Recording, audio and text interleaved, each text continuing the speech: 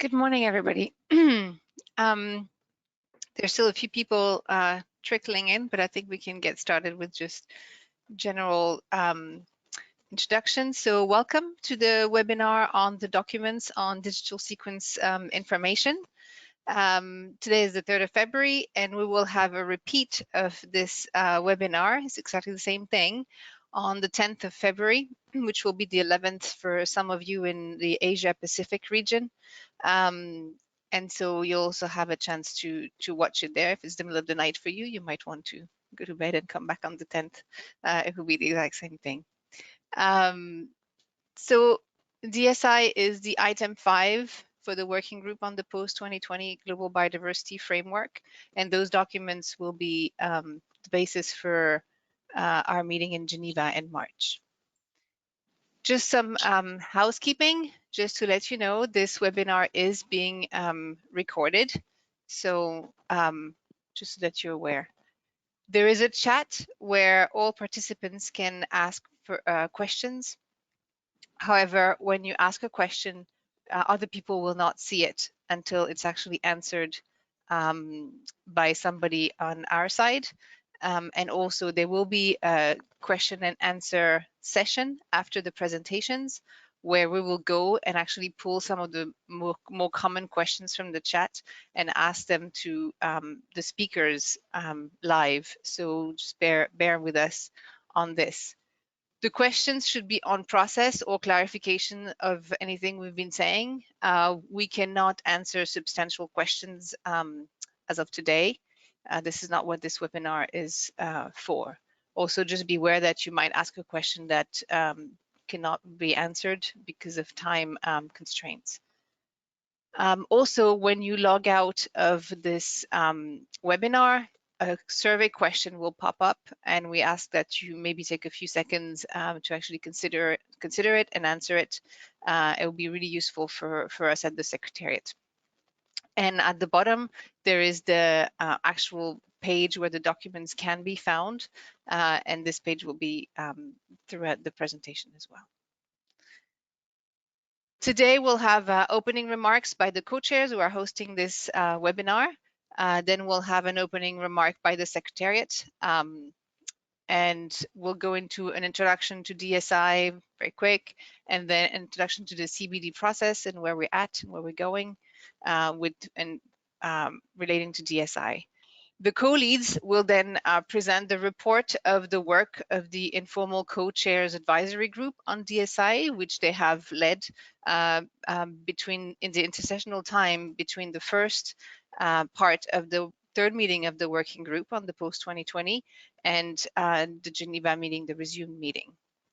Then I will present documents on DSI ahead of the meeting and explain to you which one are there and what they contain. We'll then have a question and answer session.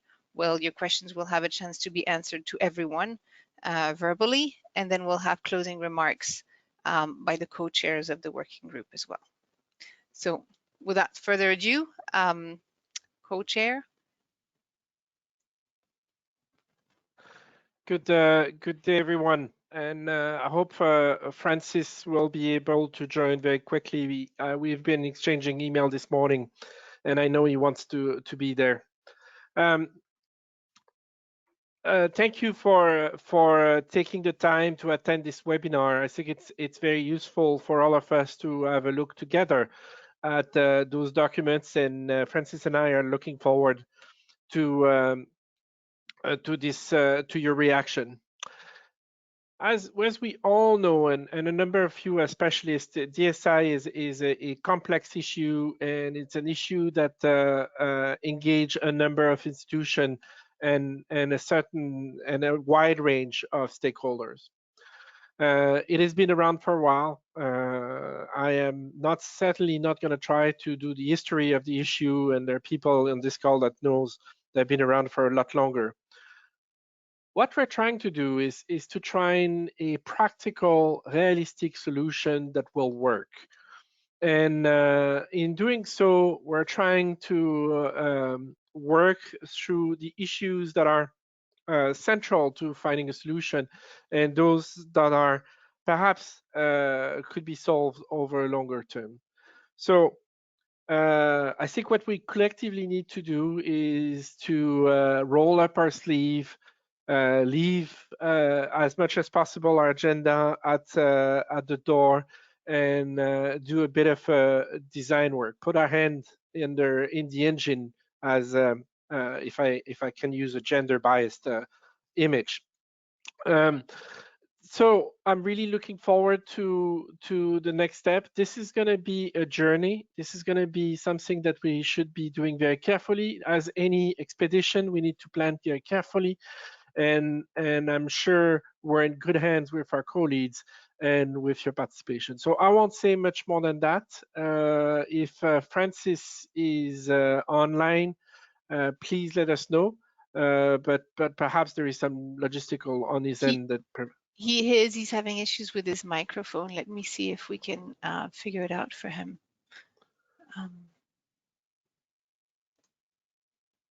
Francis, can you speak now? Yeah, thank you. You're welcome. Most of the time I'm having issues with the unmuting myself.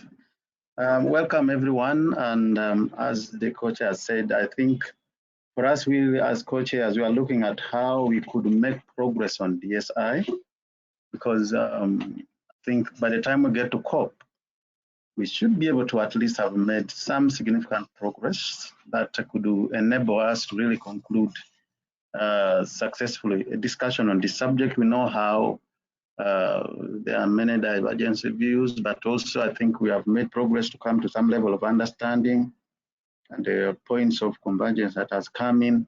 So resolving DSI is going to be one of those areas we are very much looking to.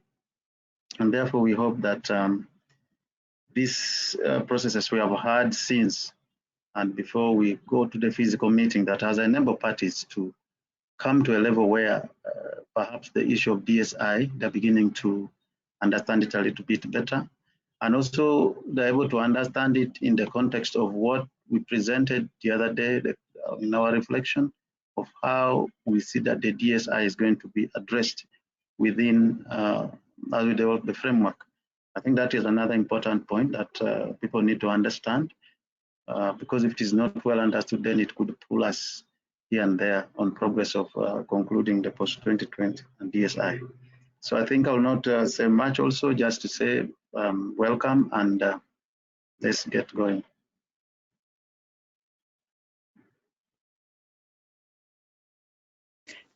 Thank you, co-chairs. Thank you very much. And now we'll give the floor to the Secretariat. David. Thank you very much, Charlotte, and good day to everyone. On behalf of the Executive Secretary and all my colleagues in the Secretariat, I'd like to welcome you to this webinar, another in the series we're organising ahead of the resumed meetings in Geneva, and to thank you for taking the time to join this webinar. We know that this issue of digital sequence information on genetic resources is a key issue. It will be a key part of the package that will be adopted in Kunming a little bit later this year. And as the co-chairs have just indicated, there's a range of, we know there has been and there still is to some extent a range of views on this issue. So we certainly need to take this opportunity that we'll have at Geneva to make good progress. As you're aware, I believe, and as these documents set out, quite a lot has happened since COP14 and since the ATEG that was mandated by COP14 and which was reported at the third meeting of the working group, the virtual meeting that we had last August, September. And of course, that includes the informal work that the co-chairs asked us to work with them on about a year ago, and you'll recall some webinars, well, last May actually, looking at policy options, looking at criteria. Of course, since the discussions in the working group, there's been a lot of very important work by the informal co-chairs advisory group, and I'd really like to thank Leticia and Gauter, as well as the co-chairs, for the excellent work in steering that group, both the contact group during our working group and the informal advisory group since then, and will, I think, have the opportunity in Geneva to reap the benefits from that important work. As I say, this is the first time that we be able to meet in person in a very long time, and really the first substantive discussions on this item in person. So I would encourage all delegates to really make the most use of the upcoming resume meetings in Geneva, to make as much progress as possible, so that, as the co-chairs indicated, we can be on a good path to achieving success in Kunming. So with that, I'm hand back over to Charlotte to wish you all an interesting webinar. Thank you. Thank you very much, David Cooper. And now we will go to the introduction to DSI and to the process of the CBD. Tauko. Thank you, Charlotte, and good day to all participants. My task is to take you through the issue of digital sequence information and through the process that has been taking place at the international level under the CBD. So, next slide. Charlotte. Can you see the next slide? I'll look at, yeah, okay, there it is. Thank you. So, I'll give you an overview of the issue of digital sequence information, then look at the international DSI process under the CBD, and then there may be time later for questions and answers, should there be any. First, we look at what is DSI. Next slide, Charlotte. And the term DSI does not have an internationally agreed meaning, and it's not the only term used. And it emerged in the CBD discussions under COP13 on synthetic biology. It's a placeholder, and it refers to the basic building blocks of life. Now, digital sequence information on genetic resources, as was said, first emerged under the CBD in Nagoya in 2016. And in 2018, COP14 recognized a number of things. It recognized the importance of DSI for the three objectives of the CBD, and that access to and use of DSI contributes to scientific research, as well as to other non-commercial and commercial activities, and that further capacities to access, use, generate and analyze DSI is needed in many countries. These divergence then led to parties taking a decision to establish a process under which these divergences can be resolved.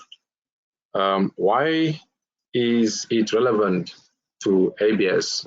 Next slide. The technological advances and falling sequencing costs are producing massive amounts of biological data that is being uploaded and shared through databases around the world. And this data is being increasingly used for research, R&D, and commercial purposes. And the exchange is happening in the absence of benefit sharing obligations. And these may have negative impact on the CBD's third objective and the Nagoya Protocol.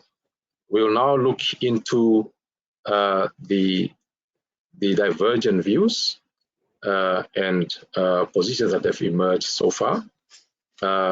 This is on whether the definition of genetic resources includes DSI, as is established under the CBD, whether DSI should fall under ABS regime, and as well as whether open access to DSI is a sufficient form of benefit sharing. The key concerns is if DSI falls under the ABS regime, then it might have a negative impact on open data and science and research and development. And if DSI is not included in the ABS regime, it will exclude a large part of genetic resource use and the legal sovereignty of nations over the use of their genetic resources. Now, all these is not happening in a vacuum, because at the same time we are developing the post-2020 global biodiversity framework. Next slide, Charlotte. And which was seen as a stepping stone towards the 2050 vision of living in harmony with nature. Now, when we look at the issue of DSI and this global framework that is to usher in transformative change in the way we deal with biodiversity, a number of issues come to the fore. And these are, will the framework address the three objectives of the CBD and the protocols in a balanced manner? What role should ABS play in this framework? What is the link between ABS, DSI, and the Sustainable Development Goals? And how will the parties address DSI in the post-2020 global biodiversity framework? I'll now move to look at the process that has been undertaken so far. Next slide, Charlotte. We see that in from 2018 onwards up to last year, we had a formal process which consisted of the decision 14/20 and Nagoya Protocol 3/13, and it asked for the submission of views, commissioning of studies, and that led to the meeting of the ad hoc technical expert group on DSI, and that ATEC concluded its work, and then the pandemic hit us, and it then led to what is known as the informal process, under which a number of work has happened. And we then have the open-ended working group on the post-2020 global biodiversity framework, which took part in two parts. The first part was in August, September 2021, and then we have the second part in February this year, but it has now been moved to spring 2022. And then we've got COP15, Nagoya Protocol MOP4, and the first part took already place in October 2021, and then the second part will take place in 2022. Now, all of these has then led to the informal co-chairs advisory group, which was established last year and then continued its work until the end of last year. I will zoom a little bit into the formal process, next slide, and look at the ATEC work and report. They have come up with 4 studies which looked on the concept and scope, traceability, databases, and domestic policy measures, as well as synthesis of views from parties and other international fora on DSI. And they developed options for operational terms, as well as identified key areas for capacity building regarding DSI. If we look into it further, next slide, we see that regarding concept and scope, they tried to find a way of narrowing down what can be seen as sequence data.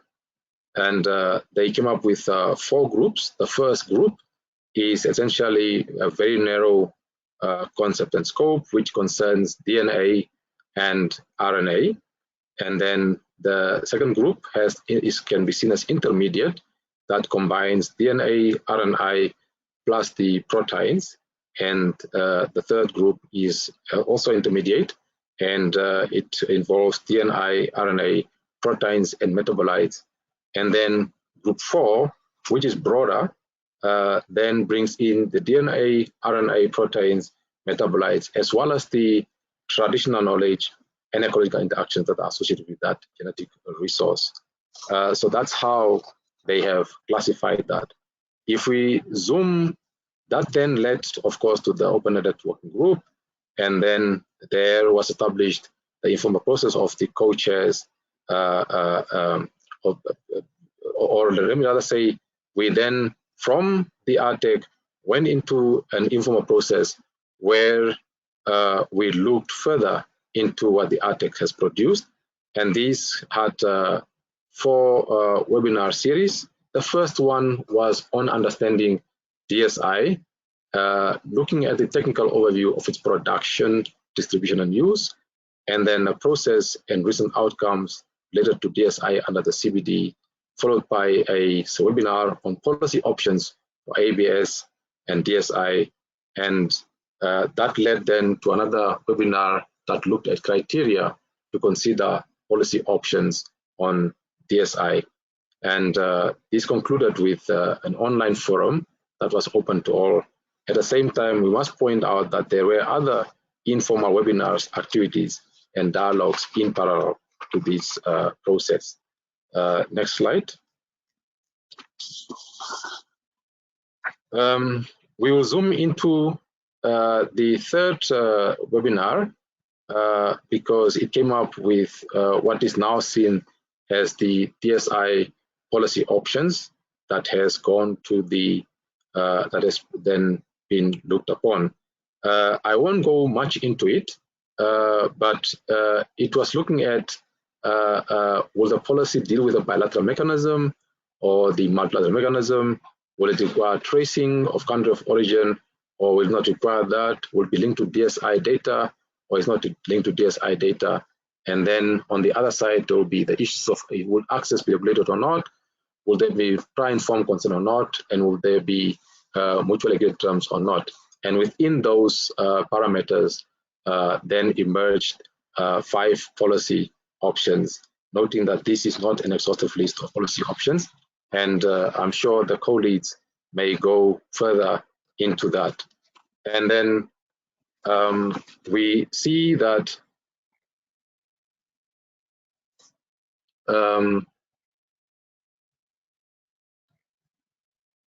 we see that there are some issues to note out of these policy options, and that is parties are free to combine different options. Bilateral sharing will require us being able to trace DSI back to the country of origin. The multilateral approach requires a governance structure and a system for receiving and distributing benefits. And proposals to change existing practices in DSI databases are dependent on those databases and their users adhering to those changes. And then upfront costs or access fees could impact innovation and research. These considerations led to the development of what we call key criteria that can be used to assess the policy options, looking at what are we trying to assess, why are we trying to assess that, and how will we do that. And so we then, out of that, we developed those criteria, and the co-leads will also go further into that in their report because work has continued on that. If we go forward, we will then look at the outputs from the open-ended working group 3.1, the first part of that. It culminated in what we now call the co-chairs report, item 5, annex plus the annex 5. It has elements of a potential recommendation to COP that are all bracketed and not negotiated. And then a co-lead summary of areas of potential convergence and apparent divergence on DSI, as well as a co-lead summary of linkages between DSI and the global policy framework. And parties called for submission of views and new information on policy approaches, options, and modalities, as well as the establishment of the informal co-chairs advisory group on DSI. Going further, we look now at the informal co-chairs advisory group.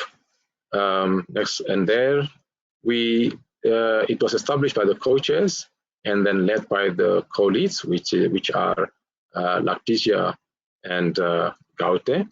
It had one kickoff meeting just to set the stage, followed by 4 working meetings, and it had 30 parties from 5 regions and 5 IPLC representatives.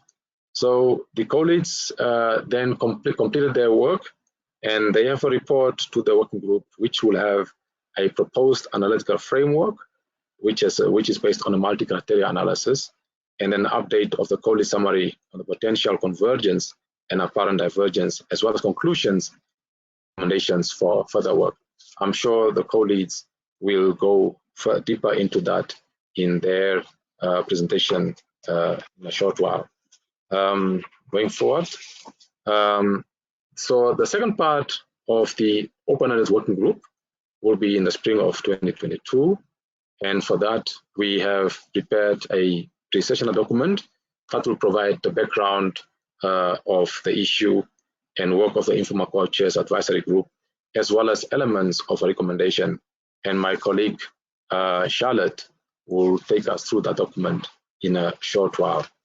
Finally, then the question emerges, which is what next?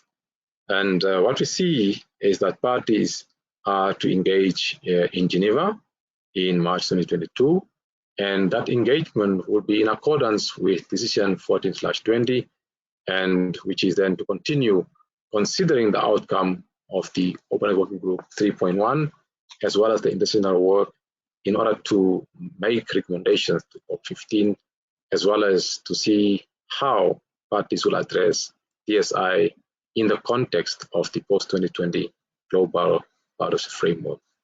I thank you for your attention. Over to you, Charlotte. Thank you very much, Tauku, for this. And I will now give the floor to the co-leads to present the work of the advisory group on DSI. Thank you. Thank you very much, Charlotte, and good day to everyone. And also thank you to the co-chairs for the opportunity to present the work of the informal advisory group on DSI. So Gaute and I have actually prepared a detailed presentation on the work of the advisory group, and this presentation will be made available in the CBD website after this webinar. Next slide. Our presentation will cover the purpose and organization of work of the advisory group, and also look at the key elements of the report on the work of the informal advisory group. I know Tauku has already touched on some of the things that I'm going to talk about, but for the purpose of this report, I'm going to touch on some of the aspects of the report. Next slide, please. The advisory group was established to provide advice and feedback to the co-chairs and the executive secretary in preparation for the second part of the open-ended working group, but focusing on the following aspects: the assessment of the consequences of possible policy approaches, options, or modalities for benefit sharing arising from the utilization of DSI, based on the report of the first part of the third working group and submissions received by the 30th of September 2021. The group was also focusing on areas of potential convergence and areas of divergence based on the co-lead summary annexed to the report on the first part of the working group, and also the areas of additional work on DSI for the period between the third working group and the COP15. And lastly, focusing on the existing and potential studies, dialogues, views from formal and informal activities related to DSI. On this last focus area, the Secretariat has created a web page containing DSI resources. So if you can visit that web link, then you'll be able to see the various studies that have been uploaded into that web page. Next slide, please. In terms of the submissions of the views and new information on policy approaches, options, and modalities for DSI, 11 parties and 16 observers were able to make submissions. And in these submissions, 2 hybrid policy options were suggested, and both were focusing on the combination of policy option number 1 and 2.2, which is a mix of bilateral and multilateral approach. Please note that the hybrid options have not been included based on the assessment methodology adopted, which focuses only on distinct separate option. So however, we have noted the suggestion as provided by the parties. Next slide, please. The advisory group's work was undertaken within a period of 8 weeks. And when I calculate the 8 weeks, it comes together to something like 2 months, where 5 meetings were convened, starting from the 3rd week of September 2021 until mid-November 2021. And the output of the work of the advisory group is the analytical framework. Next slide, please. So the next slide provides you with some details of each meeting in terms of its agenda, because out of these 5 meetings, there was a specific objective that the advisory group wanted to achieve. So during the kick-off meeting, the terms of reference as well as the work plan of the advisory group were discussed. And then when we move on to the first meeting, the multi-criteria decision-making framework and the updated policy options and criteria framework or matrix were discussed. Then moving on to the second meeting of the advisory group, that is then where 2 experts were invited to present on 2 important topics of divergence, which was around the issues of open access as well as traditional knowledge. And these 2 presentations were meant to set a scene for discussions on areas of convergence and divergence by the advisory group. But out of that meeting, a realization was made that we need an additional meeting so that we can have enough or sufficient time to discuss the areas of convergence and divergence. And that is why we ended up having an additional meeting to facilitate that detailed discussions on areas of convergence and the divergence. But we also added another important aspect where we started to also plan the structure of the report of the work of the advisory group, because by the end of that additional meeting, we were only left with 1 meeting. So now, when we went to the last meeting, which was the 3rd and the final meeting, that is where the report of the advisory group was finalized. Next slide, please. In terms of the key elements of the report on the work of the advisory group, the report is categorized into 2 main sections. The one that is focusing on the outcomes of the advisory group, and the second one looking at the co-leads, conclusions, and recommendations. The advisory group adopted a step-by-step approach for the assessment of policy options, which will help parties to gradually narrow down the policy options. So having acknowledged that DSI is a highly complex issue with both qualitative and quantitative costs and benefits that cannot be easily estimated nor monetized. So the advisory group then selected the multi-criteria analysis technique in order to guide the development of the analytical framework for an initial assessment of the different policy options.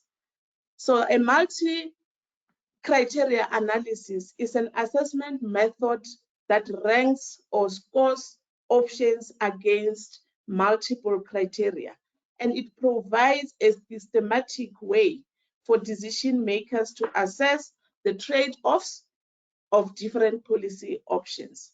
And a key feature of the multi-criteria analysis is a performance matrix. Next slide, please. So still talking about the technique that was adopted by the advisory group, which is the multi-criteria analysis.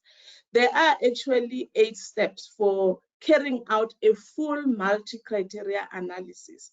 However, due to the step-by-step approach that was adopted by the advisory group, the performance matrix only covered the first 4 steps. And my colleague Gaute is going to elaborate further as it takes you through the next slide on the report. Thank you very much. Thank you very much, Letitia. So here you see the policy options, and option 0 is then the status quo, and option 1 is the DSI fully integrated into domestic ABS measures. Option 2 is the standard mutually agreed terms with 2 sub-options. And option 3 is no prior informed consent, no mutually agreed terms, as well with 2 sub-options. And option 4, enhanced technical and scientific capacity and cooperation. Option 5, no benefit sharing from DSI. And option 6, 1% levy of retail sales on genetic resources, which is actually a sub-option of 3.2. Next slide, please.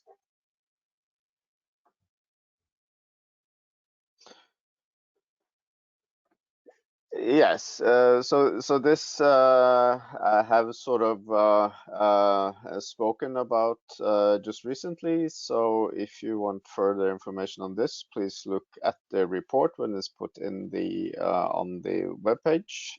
Next slide, please.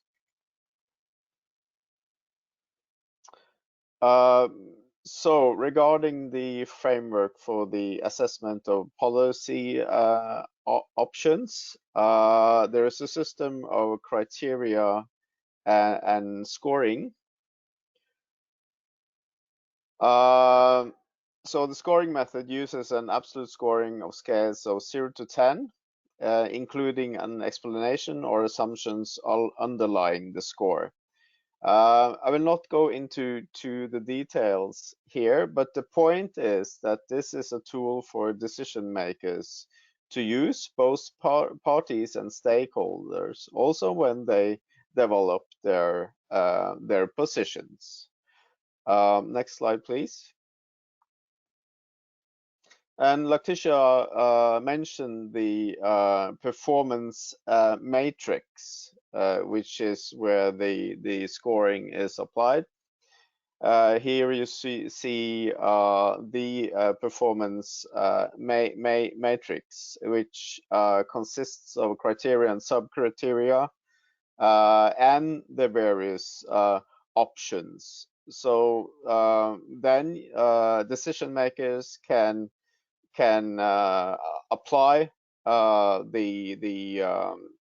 or give scores according to how they weigh the criteria. Next slide, please. So the key elements of the report regarding convergence and divergence. Of course, as was mentioned earlier by Tauko, there is no convergence on the scope of the CBD or the Nagoya Protocol.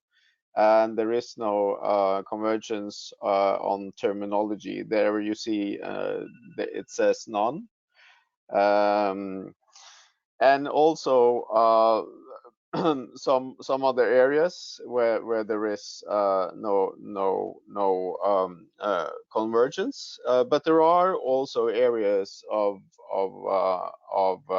convergence where you see fair and equitable benefit sharing, open access of DSI and public databases, role of IPLCs and traditional knowledge, as well as regarding capacity, importance of capacity building on DSI, and the linkages between ABS as well.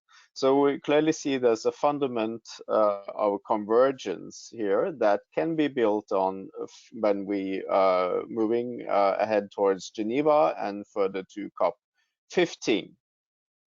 But what we have to work on is, of course, resolving the divergent issues as well. Next slide, please.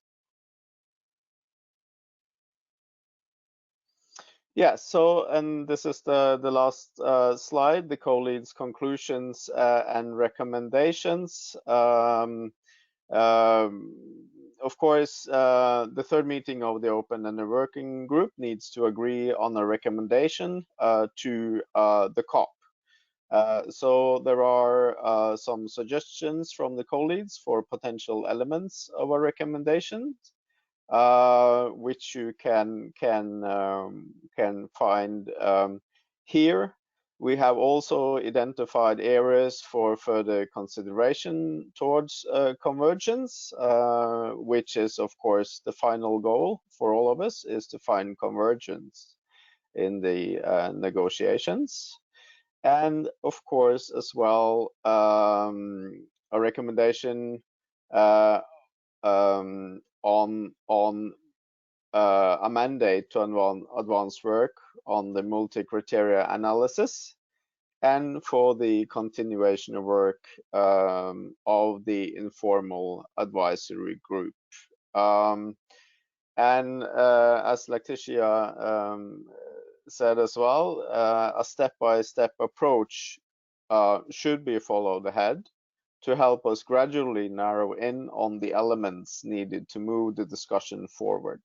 So if there's a core in the co-leads work, or should we call it a process chord, it is a clear advice from us to use a step-by-step approach ahead towards COP15 to help us gradually narrow in on the elements needed to move this discussion forward. So my time has run out, and thank you very much.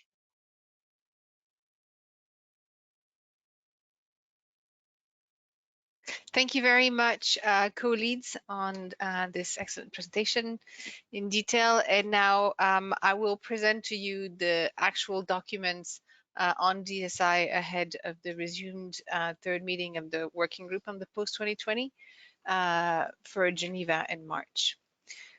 So the main official document that we have is the CBD/WG2020-3/4/add1, which is an addendum to the document 3/4, which was prepared for the first part of the third meeting of the working group. It is an addendum because this is one meeting split in two, but it's kind of a hybrid between an addendum and a revision, in the sense that some of the work has been done, between the meetings and is reflected in this addendum document. So it starts with a background. We added to the background from the document 3/4, not to have to repeat everything, but you can see here in detail the work that has been done between intersessionally in this background section. It then has a summary of the work of the informal co-chairs advisory group. So it is basically a summary of the report, which is an information document. I'll come to it. And the reason we did that is obviously so that it's translated into the 6 UN languages. And here I'll also point out to the annexes. The latest version of the policy options to be considered for the first step of the MCA method is in Annex 1. The criteria and sub-criteria list and explanation that has come out of the informal co-chairs advisory group. It can be found in Annex 2, and Annex 3 has the performance matrix, which you saw and that the co-leads presented. There is then elements of a recommendation, and basically these elements were inspired both by the work of the informal co-chairs advisory group and also obviously by the work that was done in the first part of the 3rd meeting. So if you recall, the original document 3/4 had element of recommendations that were discussed in the contact group, and you can see in the report of the co-chairs on the first part of the working group that elements of a recommendation were discussed, and you have this text with all the brackets, and this was directly inspired by that and the work done since.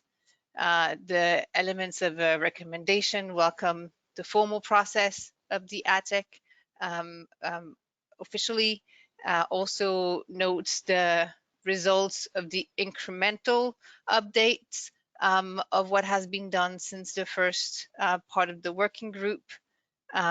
It has a language of a recommendation language directly inspired by the previous elements of the recommendation and the streamlining of the text from the working group, the advisory group report on DSI. It also talks about the new process, the step-by-step approach that was just presented by the co-leads as a way to move forward in narrowing the policy options and in really posing and settling in on a process as a way forward towards Kunming, just as Gautu was explaining. So you can find these elements, and I invite you all to read them closely before the Geneva meeting. There's a number of information documents that are related to DSI. The first one is actually not an information document, but it's just a reminder of the CBD/DSI/ATEC 2020/1/7, which is the report of the ATEC group on DSI, which is recommended to be welcomed and is the product of the formal process that was recommended at COP14. So I invite you to maybe take a look, because it's been a while that it's there, and to refresh all our memories on this one. We also have information document 8, which is the co-leads report of the work on the informal co-chairs advisory group on DSI, which Gautu and Lacticia just presented. So you can go in there and actually read some of the details of what they presented. Information document 7 is the views and new information on policy approaches, options or modalities on DSI. And if you recall, in the first part of the 3rd meeting on the post-2020, there was a call for submissions of the views and new information on DSI, because we wanted to make sure we had everybody's latest ideas and views on the topic. And so these are compiled on our website, and you can find this. It's explained into this information document 7. Document 3/N/1, information document number 1, was already posted for the first part of the 3rd meeting, and is an update of DSI in relevant international processes and policy debates. And so you'll find different sections on from the Commission on Genetic Resources for Food and Agriculture, from the CGIAR centers, who's a consortium of research centers, that directly deal with DSI in research, applied research. You have a section from the International Treaty on Plant Genetic Resources for Food and Agriculture. There's a section from the UN Convention on the Law of the Sea. There's a section from the World Health Organization. And the last section is from the World Intellectual Property Organization. So I invite you all as well to look at this. The last INF doc, which is INF 9, is information from the Commission on Genetic Resources for Food and Agriculture related to DSI. And basically, it's they took the time to develop some case studies and some examples of how DSI is used in research directly related to their portfolio and their focus. So you can actually go and have an idea of what researchers are doing with digital sequence information, how they use it, you know, how much, how important it is, etc. And sort of, yeah, you can grasp, you know, the importance of DSI in that type of research. The last thing is I would like to just point out that the elements of recommendation that were discussed in the first part of the third meeting came out as a CRP1 originally. And then there was some discussions around CRP, not CRP. And so this is now superseded by the co-chair's report for the first part of the meeting, which is CBD/WG2020-3/5. And then the section A of the Annex 5. Annex 5 is on DSI. And the first section, section A, actually has those elements of a recommendation. And this is where you should go to actually find them. So it superseded the CRP1, but the text is actually the same. And with this, I thank you, and we will take questions from you all. Christina? Hello, good afternoon, good morning to everyone. Good evening. Thank you, everybody. We've got a few really good questions in the question box. I just want to mention there are quite a few questions that are on substantive matters and things getting into AdTag and stuff that we cannot address here. So I'm going to focus on what we can address here. And I just want to let everyone know this was a question asked about the presentations. These will be made available on the CBD website under where the meeting has been advertised. So under meetings, where this webinar has been advertised, you'll be able to find the presentations and the recordings. So there have been some interesting questions, and this may make sense that perhaps the co-chairs address it. Participants are asking whether you see a place for DSI in the Global Biodiversity Framework, and if you do, where would that be? Maybe we can start off with that. I don't know if you want to take a list of questions, or should we answer them? What would you prefer, Basile? Maybe there is not that many, so maybe if Christina, if you want me to answer, Francis and I to answer that one, we can take it and then we'll see how it goes. Thank you. So, Francis, if that's okay, I'll start and you can complete. There is the COP 14 asked the open-ended working group two separate questions or tasked them with two tasks. One was the GBF and another one was a separate decision on the DSI. So we have to start from that point, and definitively we'll have to go back to the COP with two proposed decision. That does not exclude that there is a reference to DSI in the GBF. What I think as a starting point, and we've seen the challenge and the challenge in getting to a common place on some very divisive issues around the scope issues.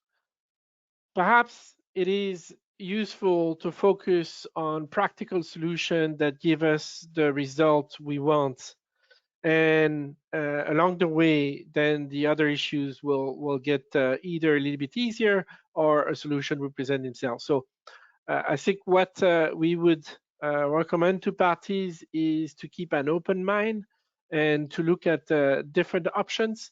But at this point, it is very early and it's very difficult for us to give you advice on what would be the best way to characterize DSI in the GBF.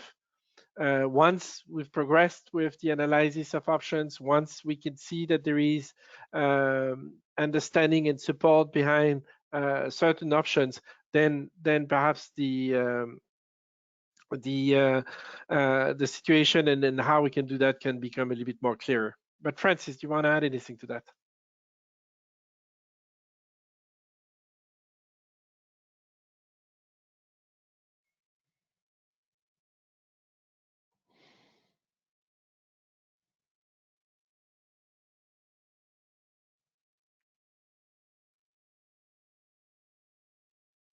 Perhaps Francis is not there? My apologies. Yeah, Hello? oh, there he is. Oh, there. Yes, okay. I think just to complement a little on what Basila just said, the DSI and of course the post-2020, if you look at the COP decisions, the way they were made, you will see that the DSI is also a separate process that is running and it has to come to a conclusion. And when it is concluded, then that is when the COP will make a decision on how to bring matters of DSI onto the framework itself. So I would like to encourage delegates, participants to please read our explanation, which we've given under target 13 of the co-chair's reflection. You will see a much more explained view there. But what I just have to tell you is that this DSI is also a process that is ongoing and it has to be concluded. And then from COP, the decision will be made then how we address it into the framework itself. I think that's what I can say. But I know there is some level of, view somewhere whether we should straight away find ways of putting it into the framework as we go along with the discussion. But then that is not what the decision was. So we have to work along what the decision was and see how eventually we resolve DSI at COP on the framework. So we have to do a good job on DSI, and then at COP, that decision will be made on how the co-chairs then should address it in the framework. I think that's what I can add. Thank you. Thank you very much to the co-chairs. Now we have a series of questions related to the multi-criteria analysis framework. I was wondering if we could maybe answer these together. And one of the questions is to understand a little bit better how the performance matrix can be used to score subgroups where there are different sub-proposals, and also about plans to consult parties on the different elements of the framework, for example, the criteria. Who could answer this? Charlotte, maybe? Sorry, I apologize. I was dealing with Francis's microphone. If you can just quickly repeat. I apologize. So the question is about how the performance matrix is going to be used, and especially when trying to score subgroups that might be under different archetypes, and whether parties or other stakeholders will have an opportunity to be consulting on the criteria and the other elements of the framework. Yes. So the multi-criteria analysis method is really a step-by-step method, and this is something that was discussed at length in the informal co-chairs advisory group. And basically, there's a framework, so you can see there's the policy options and the criteria, and some criteria are going to be more important than others, and this is going to be done through consultations, obviously with the parties, but also with some of the stakeholders, in order to figure out which criteria are most important. And this is probably going to come out, hopefully, out of some of the discussions as well in the working group. Some of these criteria will emerge as being more important. These criteria that are most heavily weighted will be scored kind of naturally, probably organically in discussions, so that some of the policy options that are currently proposed will sort of naturally drop out as not fitting some of those principles, if you want, or higher criteria that will emerge from the discussions. From then, once we're able to narrow down on some of the policy options and have, you know, a couple of options left, maybe, we can start digging a little deeper and go into more concrete, you know, what does it look like? What does it mean? And then there's going to be a whole work of valuation, monetization, and another round of discussions on this. And so this is a step-by-step. First, we start focusing, narrowing down on the number of options, and then we can start digging deeper. And each time the criteria will be reevaluated as, you know, which ones are important, which ones are relevant or not, and etc., until we arrive at a solution that you know, everybody can get behind, basically. But this is a step-by-step approach. This is the first step. Yeah. If anybody wants to add anything, yeah. I'm going, given the time, I'm going to move to a question for the co-leads. Could the co-leads please clarify the summary of the discussion on the potential convergence and apparent divergence of the advisory group table? I think the table, I don't know if you want to pull that up, Charlotte, there was a table. If a key element has a tick against both convergence and divergence, does this indicate there was both agreement and disagreement on this element? Could you please clarify that?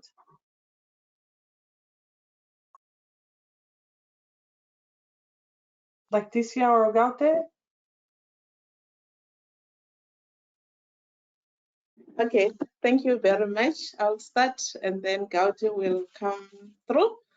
The way the discussion unfolded during with the advisory group, you will recall that this was an extension of the work that was started during the first part of the working group, whereby we just documented the areas of convergence and then also have a list of divergence. But when we went into the informal advisory group session, that's when we started some of the elements, like for instance, the fair and equitable benefit sharing one, that appeared as an area of convergence. But when we went into the advisory group, then some of the element of divergence started to come out, which then encouraged the advisory group now to have a subcategory under each key area. Like in the case of fair and equitable sharing, yes, it's an element that we are looking at, which has an element of convergence, but it also have an area of divergence. But the nature of the divergence is different in terms of the context that talks to the element itself. Just for an example, you will see that on the issue of fair and equitable benefit sharing, the area of convergence is saying that the benefits from the use of DSI should be shared in a fair and equitable way. But there's also a thinking that landed us in a divergence, which now indicate that implementation of fair and equitable sharing of benefits from DSI, what does that mean? So now you have this area to say, yes, there must be fair and equitable sharing of the benefits, but the divergence is how do we then implement that? So that is the area where it's not yet clear in terms of how the implementation thereof will look like in terms of ensuring the sharing of the benefits, just to give an example. So where you see the tick, yes, there is acknowledgement of that, but the understanding is different. If I can go to the second one on open access, there is convergence that it is important to keep access to DSI in public database as it is currently, and control over access to data is also something that the advisory group felt that is important. However, the divergent part of it is the interpretation of open access. Not everyone understands the same way as the other members of the advisory group. So that is how we landed up with the divergence in that area. And this is one area that I think we came with it from the first part of the open working group as an area of divergence. But now, following the presentation that was delivered by the expert and the discussion during the session, we were able to arrive at a clear point of convergent and a clear point of divergent. Thank you very much. Thank you, Leticia. I'm going to move on to some questions now. There's questions coming up asking, well, what are the next steps? So I'm wondering, perhaps David, you can maybe also jump in here, you know, or the co-chairs to let us know or share additional information on how the discussions are going to be organized and planned in Geneva. And how will space be given for the views of non-parties and observer groups and other stakeholders in these discussions, and also on elements such as this multi-criteria analysis framework? Maybe I can, or Basil, I think we can have a few. Go ahead, go to, I'll complete. Yeah, okay.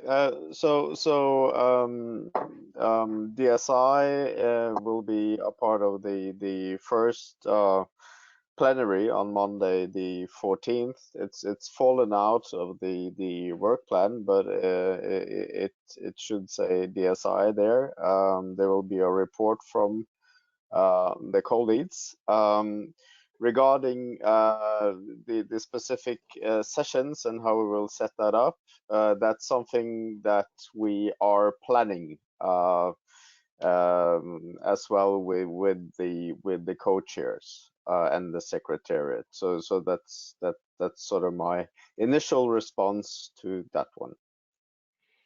And perhaps, and I wonder if David will want to complete, but one thing I would add is next week we're planning a webinar on the organization of the work, and that's where we're going to get into all the details about participation of civil society, etc. So bear with us for a few more days. There is a lot of work that is taking place over the next few days in hiring and ironing out all those details. So definitively expect something that is in line with what you've known in past meeting in terms of way to work together. But David, you may want to add something to this. Yeah, really just to I think you answered the question in that last point, that as usual, the process, of course, the meetings in Geneva will be open to participation of observers in the usual way. And as those familiar with the CBD process will know, that's formally that means that interventions in contact groups, for instance, are at the discretion of the co-chairs or the co-leads of that contact group. But we know that it's the wish of the parties to ensure that there are opportunities for all observers and all observer groups and stakeholders to have their views heard. And certainly the process that's envisaged to follow, that the informal advisory group has recommended, with this multi-criteria analysis and so on, as both the co-leads and Charlotte explained, would be a process that, of course, would also involve consultations with all stakeholder groups, including civil society, indigenous communities, the private sector, academic and research communities and the like, as well, of course, parties. And of course, it would draw upon all kinds of expertise, including, just to note some of the other questions, including economists. So Of course, in the end, this whole process, it's in the hands of the parties. The parties will determine how this will go forward in Geneva, but the intention of the Secretariat and this, and our understanding of the wishes of the informal advisory group is that this would be a process that would fully engage and fully learn from all stakeholders. And just to also reiterate what Basile just said, that next Tuesday there will be a webinar presented by the co-chairs as well as the chairs of Subster and SBI on how the meetings, these combined resume meetings in Geneva in March will be organized, with more details on the organization of work and so on. So I encourage you to participate in that webinar as well. Thanks. There have been several questions around the economics, and although I can't go into the details because some of them are long comments, I'm wondering if the panel could address this, especially in the context of another question. There's a question saying, if the multi-criteria framework is the next step in a step-by-step process, and it is to be used as the basis for further steps, what is the plan for further work between Geneva and Kunming? And in that context, the economics aspect is relevant, and perhaps there can be some reflections on how economics will be addressed in the context of the multi-criteria analysis. Who would like to take that one? I can take that one, maybe. So in terms of the work to be done between the resume meeting in Geneva and the COP, it is one of the part of the elements of a recommendation to actually continue intersessional work, but ultimately it is obviously up to the parties to decide whether or not work is needed, what kind of work and in what form. So this is something that maybe you all want to think about, what can be done and what is desirable to be done. In terms of the economics, we do not have economic expertise in-house at the Secretariat in our team, but we are seeking external support to actually bring this expertise in as soon as possible. So we will have some of that, absolutely. If I may add to that, I think David already in the opening statement alluded to the fact that it will be the first time in Geneva that we'll have face-to-face meetings, and that hopefully we'll have moved on to some text-based negotiations. So that may the dynamics of what we will have to come about, and that will then determine the nature and substance of the intersessional work. So as you said, Charlotte, one can assume that work will continue on the multi-criteria analysis. There is, of course, the convergence divergence, and there is, of course, the linkage to GBF. So those are the core elements, and parties have to see what modality would be the best to take them forward intersessionally from Geneva to Kunming. Thank you.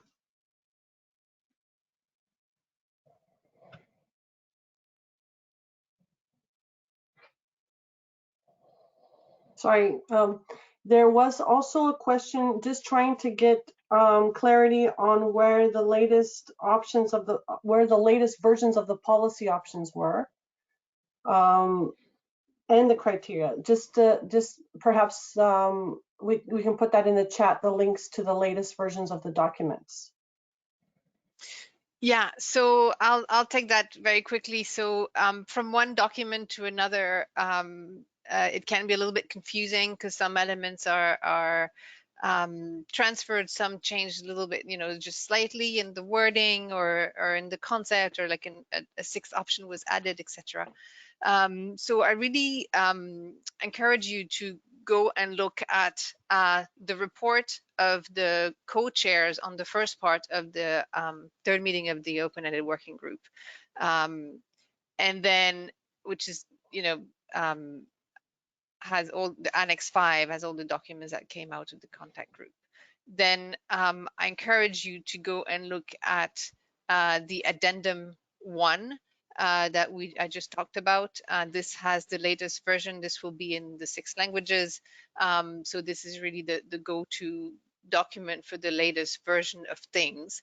And the report of the co-leads on the work of the informal co-chairs advisory group also has more details. It's in English only, but it has more detail and really explanation of what each criteria means, each policy option, etc. And this comes out straight from the latest discussions on those. So I would actually discourage you from going back to the documents that came out of the webinars a year ago with those policy options, because a lot has been done since, and things have evolved in, sometimes in big ways and sometimes in subtle ways.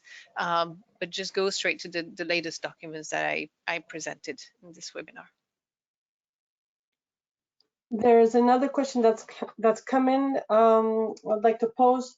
By what mechanism will observers, stakeholders be able to contribute to the discussion on the relative importance of criteria in the performance matrix specifically?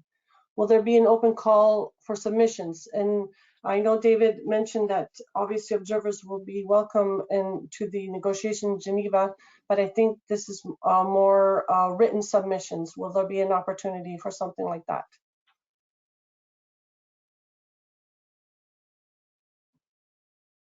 Who can address this question? Shall I try? Sure. Of course, if there can be a decision from the open networking group asking for it, then it can be made provision can be made for it. Yeah, I was about to respond in a similar manner. Of course, this will be up to the open-ended working group to sort of say something about if they so wish. Yeah, maybe I can add, and David, you can jump in if you want, that we had, because meetings were virtual, we had this whole process of online submissions of statements. And so I think the open-ended working group, Geneva is going to be really tight on the schedule. There's so much that needs to happen there. But I would say that Secretariat will welcome any statements that parties or stakeholders want to make, around the beginning of the opening of the resumed meeting. And we will obviously take the time to read those and consider those, before the contact groups. So yeah, I think Tuesday next week, probably you will hear more about that. Yeah.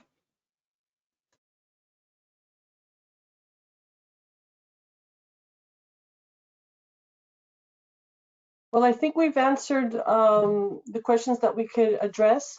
I just want to give the floor to the panelists in case there's other final reflections they would like to make in relation to these questions that we've been having.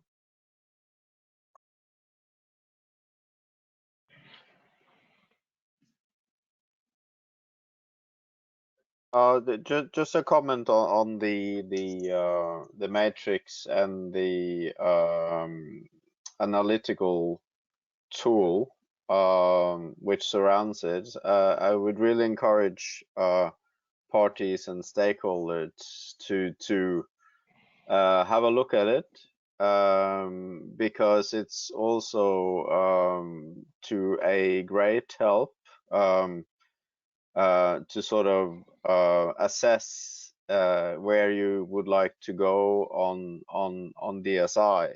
So it's not just the framework itself, but there are a range of criteria that the informal advisory group have sort of. The criteria are a result of the discussion in the informal advisory group. And there were good discussions on those criteria, so they really reflect that group's discussions. So I think that these criteria could be of great help also when developing the parties' positions and stakeholder positions as well. Thank you. So maybe just before we go for the final remarks from the co-chairs, just to thank everyone for participating in this webinar, and note that there will be another opportunity, as Charlotte mentioned, next week. Note, of course, that some of the questions in the end can only be answered through the negotiations themselves, as we've indicated, but we hope that this webinar has helped to provide some clarity on the documents that are available on the process to date, so that you can, all parties and observers, all delegations can come to Geneva as fully prepared as possible, so that we can hopefully make some important advances and begin to answer some of those very questions. So thanks to all my co-panelists, and thanks to all who participated. Thank you very much, Christina, and thank you very much to all the panelists. And now we'll just have some closing remarks from the co-chairs. Thank you, Charlotte. I will associate myself with the comments made by David. It's great to see all of you, and it's great to see that there is about 150 people that engage into the discussion. Clearly, your questions are useful. I regret that we're not being able to answer every one of them in details, but they're informing and helping us prepare. Do not hesitate to contact Francis and myself or the co-leads if you have some good ideas on how we can organize our work and speed up things.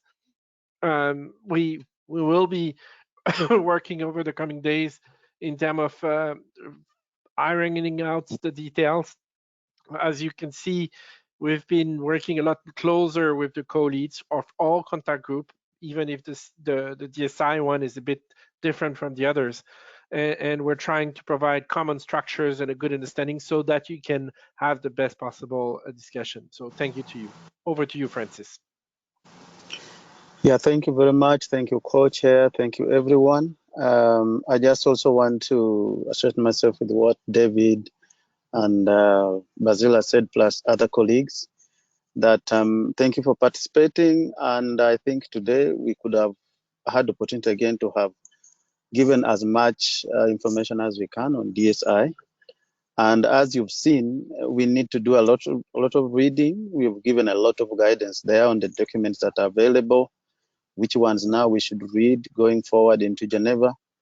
And so let's try to read those documents and try to understand them. But also something I'd like to add is that regarding what happens next after Geneva, this has already been said. I think much of that is going to come from what the open-ended working group will tell us to do. So much of your questions, as Basila said, if you've not got a very clear answer from us, it is because we also have to wait on what the working group will tell us to do after Geneva. So be patient with us where we have not done very well in terms of responding, but I think opportunity will keep coming. And I encourage you to engage very positively on DSI. Let's understand the process of DSI, how it is supposed to proceed as decided by COP, and also on the post-2020, so that we really let these two processes, as I said earlier, move on smoothly, and the much anticipated and much awaited post-2020 framework can smoothly be adopted at COP15. So thank you very much. Back to you, Secretariat. Thank you very much, co-chairs, for these last remark. And with this, our webinar is over. We wish you all a very good day. We are available for any questions or comments that you may have. Feel free to reach out to us. And this webinar and the slides will be posted on our website in the next few days. So if you want to get a hold of the slides, I know some people were asking, it will be on the websites soon. Thank you very much. Bye.